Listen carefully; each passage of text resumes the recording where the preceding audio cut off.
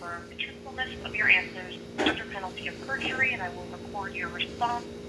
You should be aware you can be held legally responsible for giving out false information. Absolutely. Just so you're aware of what's happening. So periodically when someone is on SSI, every few years they have to go through a non-medical review, which is just where we go through your income, resources, and living arrangements and see if anything needs to be changed or updated. Okay. So first, for contact information, we have the mailing address now of P.O. Box 313 in Henniker. Is that correct? That's correct. Okay. And this number that I called you on, is this your preferred contact phone number? Yes, it's my cell phone. Okay. Are you currently married? No. Never been married. Have you ever been married? Nope. Okay. Do you live with anyone now that you would consider to be your spouse? No. In the past year, have you spent more than a full calendar month in a hospital, nursing home, correctional facility, or any other type of institution? No. And have you left the country for more than 30 days? No. Okay.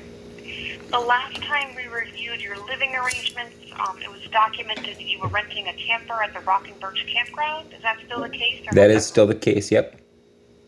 Okay. And what are you paying right now per month in rent or to rent a camper? $600 a month. Okay. Do you currently receive food stamps? I do. I receive $210 a month. Okay. And do you receive cash assistance as well, APTD cash? For the first time, I got that on my EBT card, and it was $79 cash assistance. Okay. But that, do you know when that started? What month? This month, August. It's just for the first time hitting the card. I talked to the services of it, Department of Health and Human Services. I talked to them a couple of weeks ago because somebody else was getting those cash benefits for all these years and not me. And I was able to find out that was being intercepted by people claiming to be caretakers that weren't caretakers. Okay. But now it's coming directly to my card. Okay. Do you own a vehicle? No, not anymore. They were all stolen. Okay. Do you own any land or property? Nope, that was stolen too. All these things were stolen with paperwork after my injury, with people that were lying to the courts about my medical condition. And these are the things I talked about yesterday that are under review.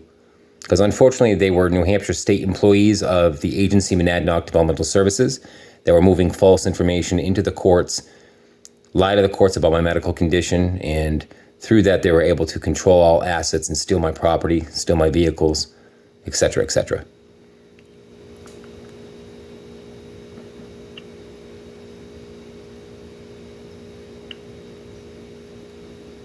And all this is thoroughly documented, by the way, that I'm talking to you about. I know it's not related to what we're talking about, but for investigating reasons, it's important that it's documented that since my traumatic brain injury on the 4th of December, 2014, Monadnock Developmental Services case management has been using false medical information about my condition to lie to the probate court of Nashua to steal all those assets that we're talking about, the vehicles, the home, business I had established, everything. And I'm only just now recently coming around to realize what's been done to me in the last 8 years. They've also been able to block me from getting legal counsel, which is why I've not been able to have an attorney address it. Okay. Do you have an open bank account at this time other than the account that you're using for direct deposit? Nope. They had opened up accounts in my name from what I hear, so that there is a savings account at Merrimack County Savings. And when I go to Merrimack County Savings and I attempt to access it, they tell me that I'm not permitted by the court rulings. So even though there's no guardian over me, there's no caretakers, what they did with paperwork somehow is have other people in control of my accounts, and I'm not permitted to access my accounts. I don't know how or why, but with the blocking of assets and the blocking of legal counsel, I haven't been able to get this addressed in court. Okay. Regarding the account where your benefits are going now, is that manufacturers and traders trust? No, it should be going to my M&T account. So that's not the same thing. What does M&T stand for? I don't know. M&T used to be People's United, and it was bought by M&T. Okay. So it was the People's United Bank that I was using in Peterborough, New Hampshire, when I had my house there before it was stolen. And then that was bought by M&T. Okay. Do you have any stocks, bonds, or savings bonds in your name? No, I don't. Any old retirement accounts or 401ks? No. Okay. Any life insurance policies where you're the owner of the policy? No. Any other resources of value for you? No, unfortunately. They were all taken. Okay. Have you worked at all this year or last year? No, I haven't been able to work since 12/4/2014, the injury date where I was killed and revived. Okay. Have you done any type of self-employment or work under the table? No, nothing like that. I'm an Advocare advisor, which means I get a discount on supplements, but it's not something that could be a source of income. Instead, it's Right. Between $10 and $16 I may get off of a purchase in a month. And basically it helps me get affordable and cheap supplements, but not income. Okay.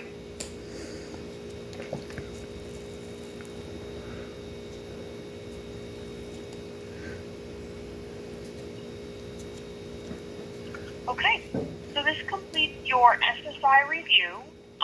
Your benefits for August will be reinstated now that we have your updated address and completed the review for you. Do you have any questions for me at this time about SSI? The SSI specifically, no, is it related to disability benefits? No, this is a separate benefit. That's what I thought. Okay. Disability Okay. insurance, yeah.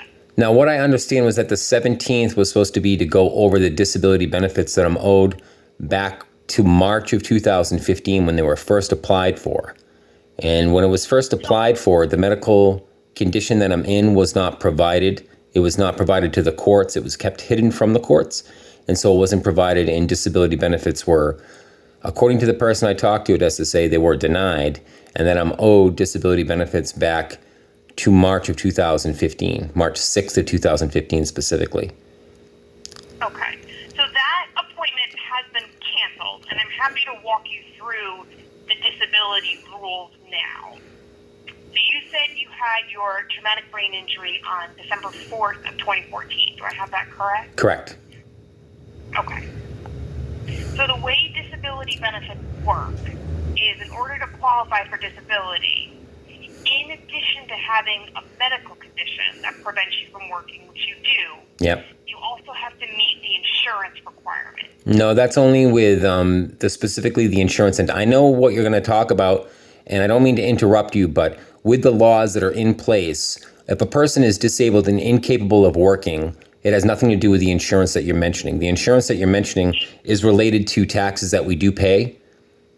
No. Yeah, if you don't mind, let me walk through the rules of the program, and then we can go over any questions. No, I don't. I'm very familiar with all of it because I've got all the information in front of me. The rules of the program are not related to a person that is incapable of working. I am requesting to have a hearing to talk to a judge about this. I had a law firm look into this. The law firm was communicated by SSA office that I'm already receiving disability benefits, that I'm already receiving them. This is what they discovered. So because I'm already receiving them, but I'm not receiving them, someone else is receiving them. This is why I insist to talk to a judge in a court of law about disability benefits. The attorneys... I can walk you. Why don't we start from the beginning, if that'll be a little easier, because you're not receiving disability benefits, nor is anyone receiving them on your behalf. So why would... If someone's giving you misinformation? No, they're not. They gave me a copy of the letter that they were communicated to, and this letter was requested by the guardian, Eric Hansmere of the Office of Public Guardianship, where they were requested to withdraw their representation of my disability benefits claim.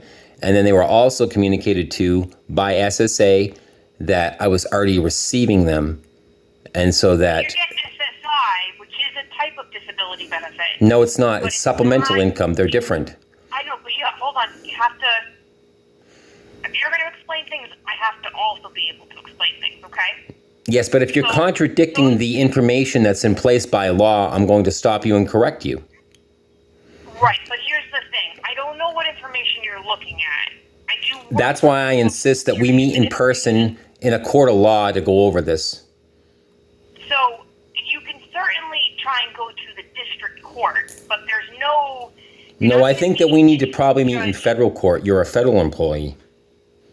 That is district court. So, again, I can try and explain things as best I can to you.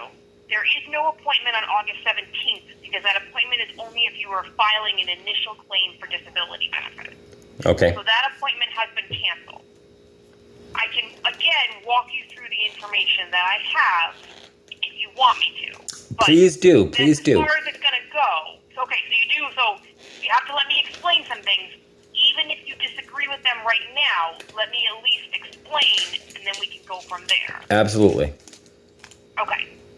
So there are two benefits that Social Security administers. We administer the Social Security Disability Insurance Benefit, and that's SSDI. That's number one. The other disability benefit we administer is benefits under the SSI program, which is Supplemental Security Income. The difference in the program is you still have to be disabled to qualify for benefits under either program. With SSI, you do not have to have worked. You don't need quarters of coverage, but you do have to meet certain income and resource limits because it is a needs-based benefit. With SSDI, you do have to have worked. And in order to meet the insurance requirements, you have to have worked for 5 out of the past 10 years prior to the date you became disabled. And that's what I mean by it's called an insurance program because basically you have to work and pay Social Security taxes to qualify for disability. So that is the difference between the two programs. Yes, I am fully aware of that. Okay, you do not receive disability benefit. You only receive SSI benefit. Okay. The reason for that is the last date that you meet the insurance requirements for disability is December 31st, 2011. What that means is, in order for you to qualify for disability benefits, you would have had to have a medical disability that prevented you from working prior to that date. Since you didn't have your TBI until December 2014, you don't meet those requirements, and therefore you're not eligible for Social Security disability insurance.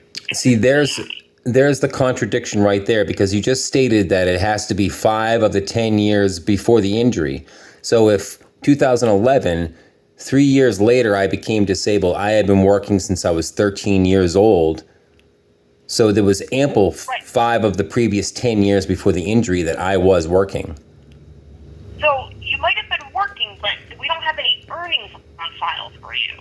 So you don't have any earnings on file for 2009, 2010, 2011, 2012, 2013. So you don't have 5 years of earning right there. So the problem is that's why you don't meet the insurance requirement. Do you remember, were you self-employed during that time? Were you working under the table? What was your work situation?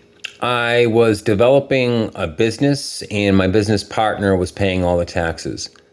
I've been on the books for as long as I know, and I ran my businesses on the books. Okay, but if you weren't reporting a net profit, then you wouldn't pay Social Security taxes. So that's the problem. If you don't report a net profit, which doesn't look like you guys did, then you don't pay Social Security taxes, then no income is credited to your earnings record. And that is why you don't qualify for disability benefits, because you don't have earnings in those 5 years. Okay. So again, this sounds like it's in contradiction to the laws that are in place of a person that is unable to work. They qualify for disability benefits.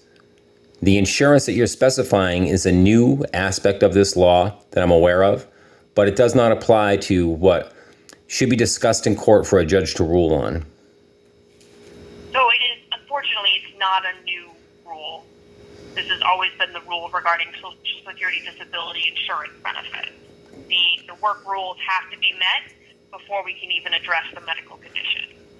It works the same way as car insurance, basically. If you don't pay your car insurance premium, your insurance runs out, and then you no longer get covered if you're in an accident. And unfortunately, it's the same way for Social Security. So what you're saying is that, hold on. Okay, go ahead. You didn't have any earnings posted to your earnings record for the 5 years prior to 2014. Your eligibility had run out. But even though you do have a medical condition and no one disputes that, because you didn't have earnings, you don't qualify for disability. You would have had to have earnings posted to your record in those 5 years. Okay. So what you're saying is that a person who is 17 years old and becomes disabled for life, they do not qualify for disability benefits? No. The rules are different depending on your age. I'm just giving you the rules specific to you. Oh, so because of my age, I am discriminated against for disability benefits? Is that what you're saying? Nope, it's because they don't want to penalize people who are young. So the rules are different for people under the age of 22. So that's what I'm saying, is that what you just stated, Rebecca, is that you're claiming that the laws in place discriminate against a person because of their age if they're disabled. No, I did not say that. Yes, you did. Okay, we can agree to disagree there. I'm just explaining that the rules are different. That's why I am going to insist again that we talk about this in front of a judge. Again, you can certainly take your case to the district court, but from Social Security's perspective, we have enforced the rules correctly, and there's nothing further that we can do for you. So what you do outside of that is perfectly fine. Okay. It's just there's nothing else on our end that we can assist with. Okay.